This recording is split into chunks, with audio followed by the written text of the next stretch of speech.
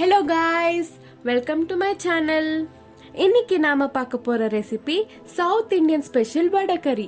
முதல்ல ஒரு கப் கடலை பருப்பை 2 hours ஊற வச்சு அதை மிக்சியில தண்ணி இல்லாம வடிகட்டி போட்டுக்கோங்க.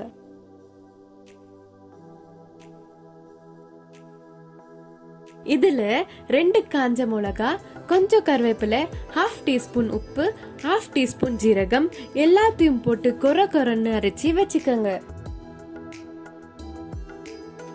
இப்போ ஒரு தவால கொஞ்சமா எண்ணெய் விட்டுக்கோங்க. சூடானதோ அரைச்ச கடலை பருப்பை இப்படி அடை மாதிரி தட்டுங்க. கொஞ்சமா சைட்ல எண்ணெய் விட்டுக்கலாம். இத 2 பக்கமும் திருப்பி நல்லா வேக வச்சு எடுத்துடுங்க.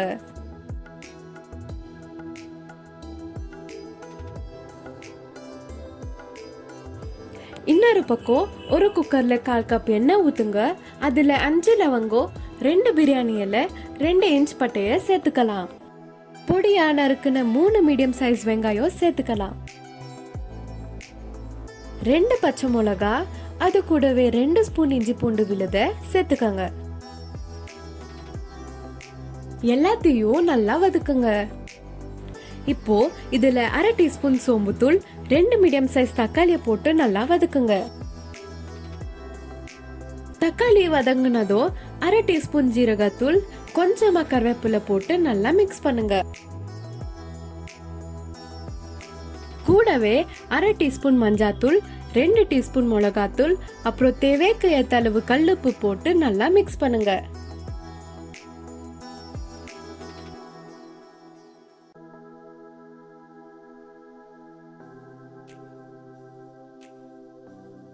மசாலா வதங்க 1/4 கப் தண்ணி சேர்த்துக்கலாம்.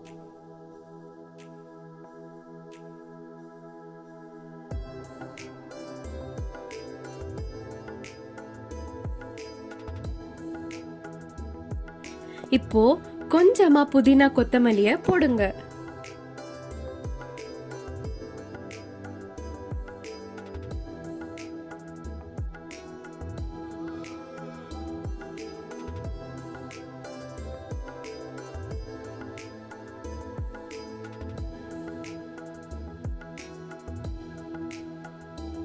மசாலா கொதி வரட்டோன்னு அடி பிடிக்காத மாதிரி கிளறி விட்டுக்கோங்க. இன்னொரு பக்கம் நாம சுட்டு வச்ச அடைய நல்லா உதிர்த்து வச்சுக்கலாம். பாருங்க, இந்த மாதிரி ஆனதோ இத நம்ம குக்கர்ல சேர்த்துக்கலாம்.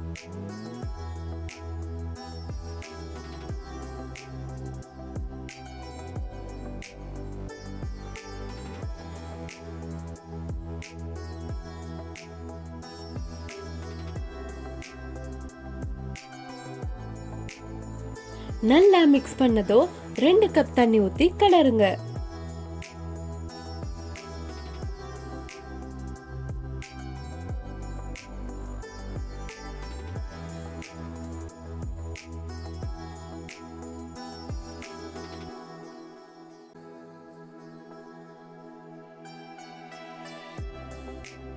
ஒரு கொதி வந்ததோ குக்கரை மூடி 2 விசில் வரட்டோன்னு விடுங்க. இப்போ குக்கரை திறந்து நம்ம வடகரி எப்படி வந்திருக்குன்னு பார்க்கலாம் வாங்க.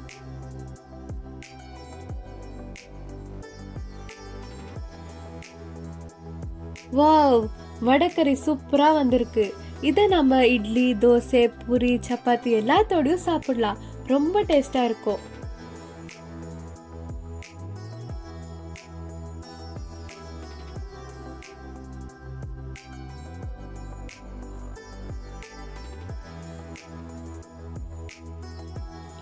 நீங்களும் இந்த ரெசிபியை மறக்காம ட்ரை பண்ணி பாருங்க.